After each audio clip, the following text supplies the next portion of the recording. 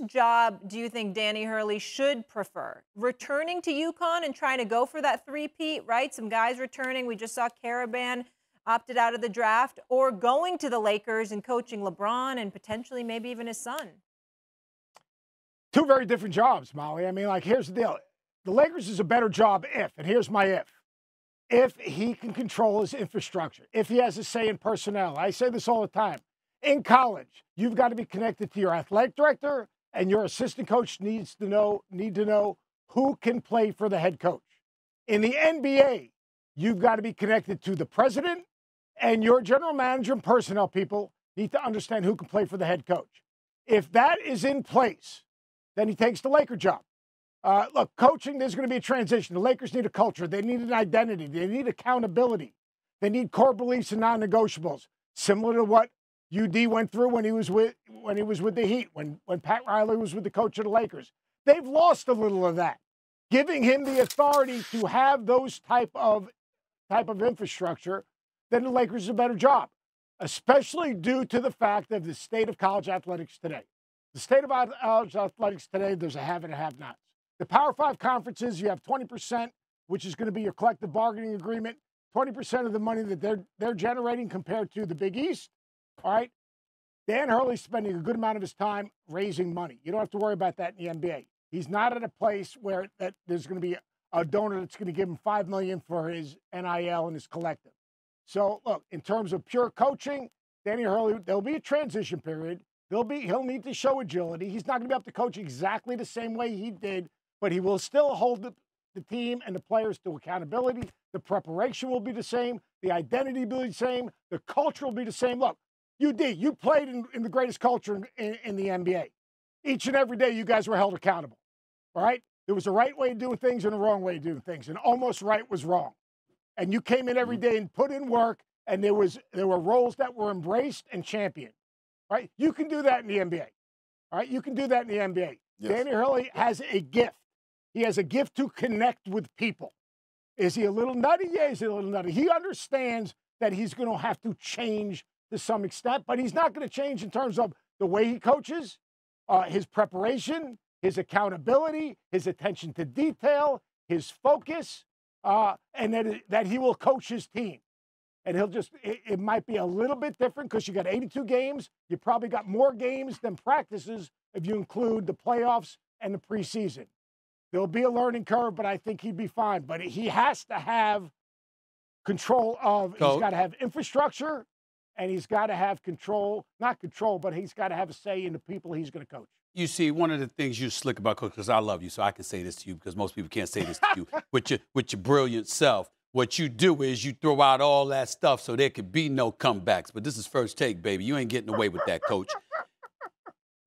You on this show right now because I want to know how you feel about Danny Hurley possibly leaving college basketball to take the Lakers' job. How do you feel about that? Do you think that would be a good thing for him to do? That's what I really want to know from Seth Greenberg. I think it would be a good thing for him to do if he has those things in place. Look, Danny Hurley, look, how do I feel? I feel sad. I'd feel sad because Danny Hurley, what he's done at UConn, what he's built, the infrastructure that he has there, the coaching staff that he's put together, the players that he has, he's got a legitimate shot at going 3 in a row. All right? He's got a legitimate shot at going 3 in a row. And that would be historic. On the other hand, there are 3 organizations in the NBA that are just different. The Lakers, the Knicks, and the Celtics. Those 3 are just different. And the opportunity to coach one of those, if he's given the authority to do it in his own personality, in the way he does things, and all the people would say, well, what about the reactions to the crowds? That's not going to happen. Danny Hurley's a really smart guy, like really smart, brilliant basketball, savant basketball, but he's also a really smart guy. He understands that. But I think that if he takes a job, it's a sad day. But for him, I think it would be an exciting challenge, and the dude loves a challenge. Here's the caveat in the whole thing. His wife will have as big a say in this thing as anyone. Andrea will have as big a say in this decision as anyone. If they go out there and they look at this job, all right, he's not taking this job unless they're in it together because they do everything. They are in it together. Believe me. I mean, great Danny Hurley story. He'll come after a bad practice. He'll come into the house with bad attitude. she'll tell him, hey, go outside, leave, and when you come back in here, come in with a better attitude. I mean, like, she's no joke. I'm She's sure a you Jersey would. girl. She's no joke.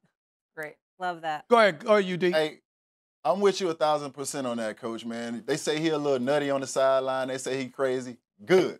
That's exactly what the Lakers need right now. They need a guy that's a little nutty. They need a guy that probably doesn't know that when you're watching film and LeBron James does something wrong or Anthony Davis does something wrong, that you should coach them too. You should say something to them too. Because most coaches in the NBA that have been around will let those things slide. And when you let little small things slide in your locker room like that, holding your best players accountable, that's when you lose your locker room. So you need a guy like Danny Hurley that comes in with that kind of energy, with that lightning in a bottle type mentality, putting that battery in their back every day, holding them accountable, which is annoying, but it's building habits, pushing you every day to be that extra 1% better. And once you build those habits for the Lakers, now you can get him back in contention of being an actual champion and actually coming out that West. Because the Lakers need to get back being comfortable, being uncomfortable. And I think that's been the problem with the Lakers. They need to understand that just because LeBron James can come in and maybe take 2 days off doesn't mean everybody can take 2 days off. Guys need to build a habit. The problem is everybody is not LeBron James. Everybody is not Anthony Davis. Some of you guys need to start from scratch and build up to their level. Bron didn't get where he was at overnight. Anthony Davis didn't get where he was at overnight. These guys built those habits, and if iron sharpened iron every single day until they got where they're at. Some of these guys get in there when they with Bron, they think they can skip those steps because you got LeBron James on your team. You cannot skip those steps. And bringing in a guy like Hurley will not allow these guys to skip those steps and hold them accountable every day from day one. He's going to wake up with that mentality, bringing that energy and that effort.